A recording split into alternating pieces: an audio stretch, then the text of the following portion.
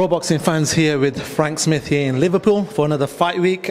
Frank, firstly, how are you? How's things? I'm good, mate. I'm good. It hasn't stopped snowing in Liverpool for about 5 hours, so we might get snowed in at this rate. It'd be quite nice. I'm hoping not. Let's hope not. I'm not a big fan of the snow. But let's talk about this card. Unfortunately, it's not gone as planned. Obviously, Callum Smith had to pull out. Robbie Davis Jr.'s opponent had to pull out. So you've got sort of a mixed-up card right now. Obviously, Diego Pacheco's had to come up as a co-main event. Not ideal for yourselves. No, look, but it's kind of difficult, isn't it? Because you can't really win. If we would have pulled the show, everyone would have said, "Oh, you're taking opportunities away from the fighters who worked hard," and then you keep the fight show on, and people say, "Oh, it's not good enough."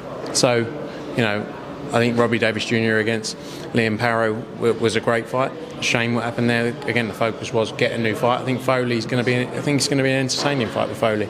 Obviously, Callum Smith having to withdraw, again, not ideal, and it doesn't put any of us in a good position. But we have to thank the Zone as well for their support to be able to keep these nights on, because it's important for the fighters who have trained for 5, 6, 7 weeks to get to this point. If we would have pulled the show, you're talking about 20 fighters who aren't getting paid and then don't know when they're out next. So, not ideal, but I'm glad we still got this up and running. Diego Pacheco's in it, very exciting, talented young fighter, taking on Jack Cullen, who we all know what Jack Cullen can do. So that's a great fight. Robbie Davis Jr., as I say, back out. Peter McGrail making his debut since he signed to us, which is exciting. Johnny Fisher's on there as well. Rhiannon Dixon for her first title. Paddy Lacey. So, it's an exciting card still, so lots to look forward to. But it is difficult when you got Sky, who have got a European title fight. They've got a good main event in regards to Carl Sakam, Tony Yoka, something that people will tune into. When you're competing, which obviously it's not ideal with what's happened right now, but it must be difficult because you've got a lot of competitors right now, so you've got to really make sure that your cards are sort of competing with everyone else. Yeah, I'm not really bothered about their show. I mean, it's a show in France that they've just bought the TV rights for in the UK, basically. It's not... But the question is, if I was to sit down on a Saturday night and if I had two choices, if it was the DAZN card or the Sky card, boxing fans probably be pushed towards our Sky card? I don't think so. But anyway, look, the reality is it's not... The way it's gone is not ideal anyway. We had the main event pull out and we had, the chief support fight, the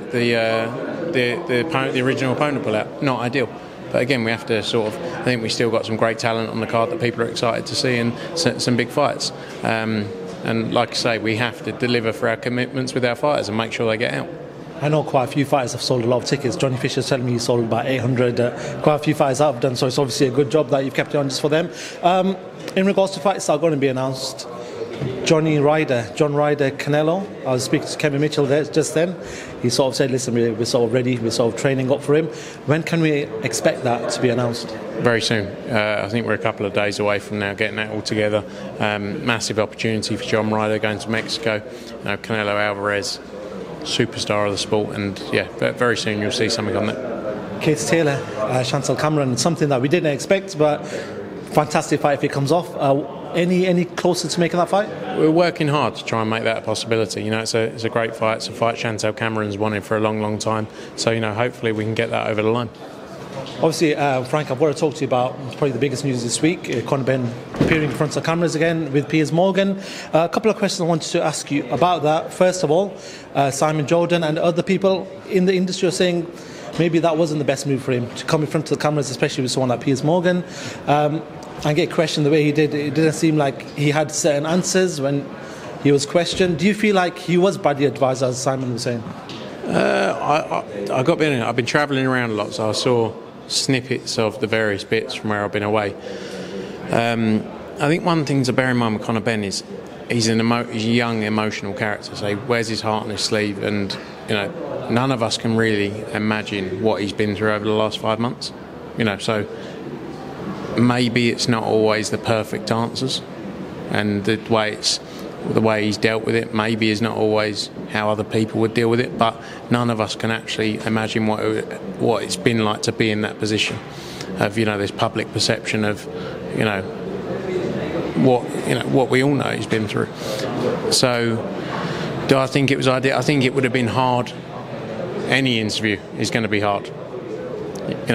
With you guys, with every YouTube media outlet when it comes to it, with everyone, he's going to have to deal with that.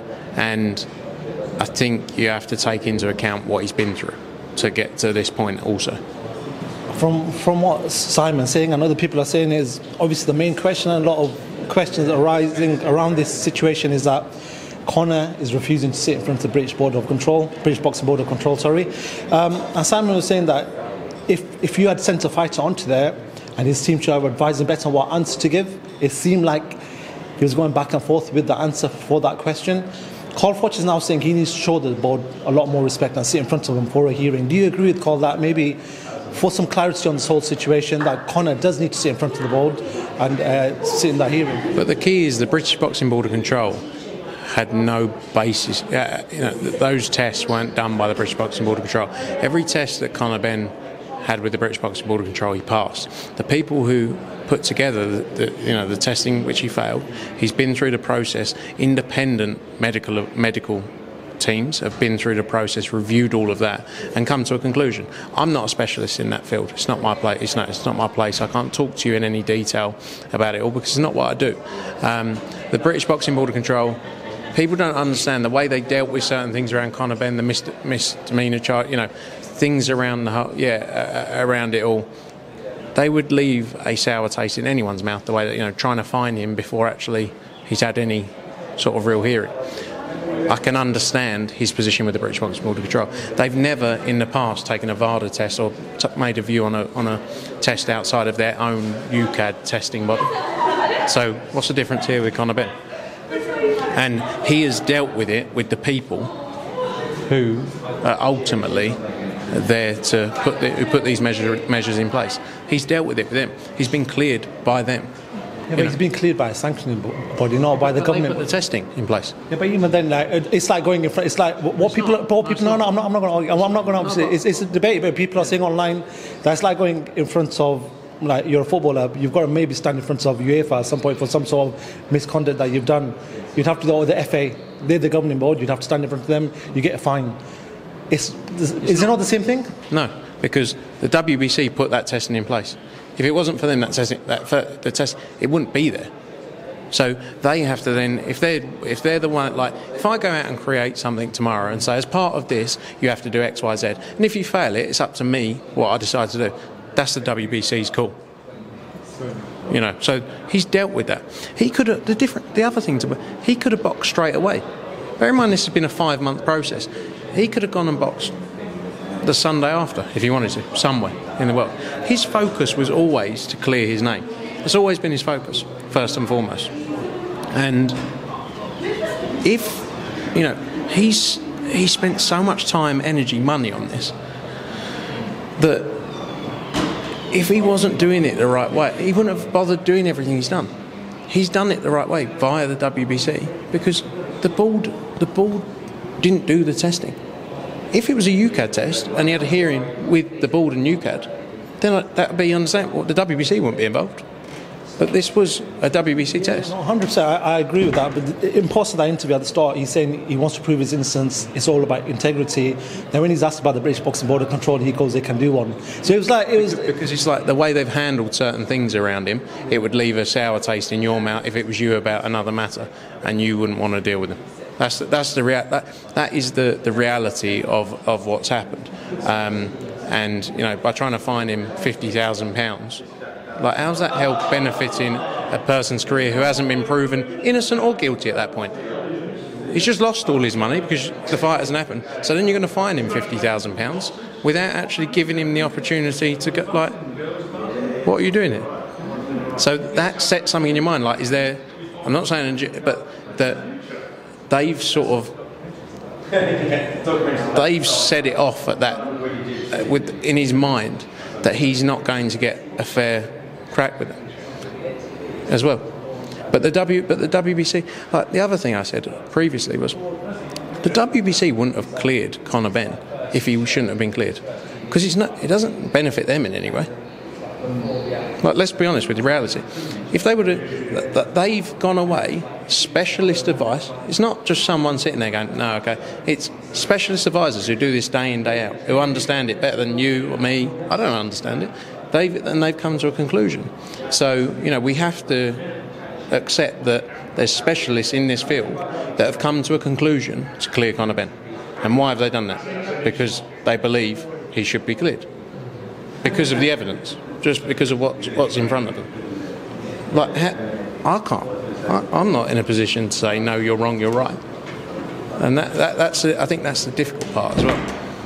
How do you deal with this? Because obviously it looks like, the public are still, 50-50 on the whole situation. Some are saying, listen, he's guilty. But that's the difficult thing, isn't it? Because it's like, well, he's been cleared by the people who did the testing, by independent. Then my question is that 270-page dossier that's out there, it seems to just have gone to the WBC.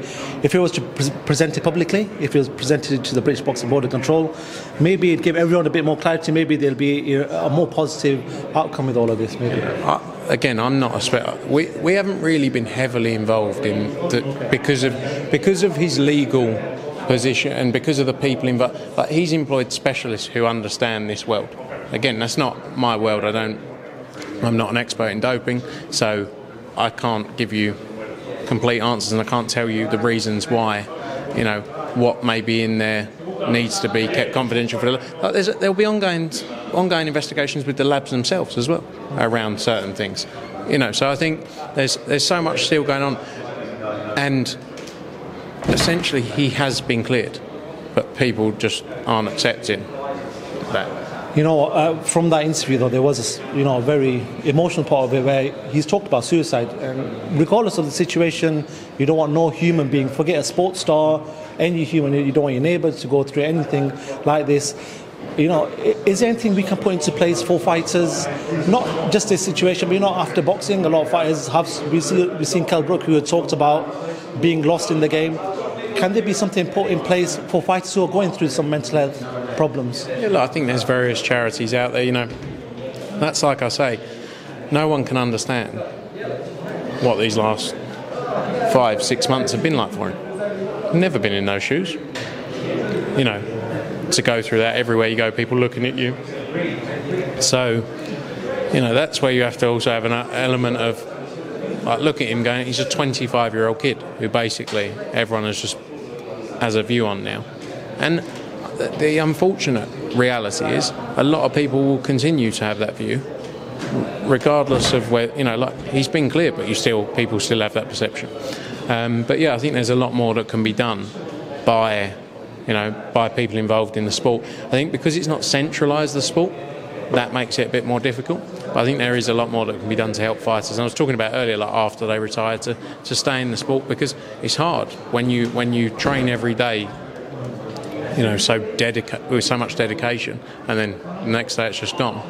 You can't imagine what that's like. We're all lucky that our job will go on and on and on in whatever we do, until we get to 60 or 70. These guys and girls maybe at 35, 36, 37, that's it for them. So they got a long way ahead of them, and they need to figure out what's there. So I think there's a lot more planning and help we can give. There's a final few from myself.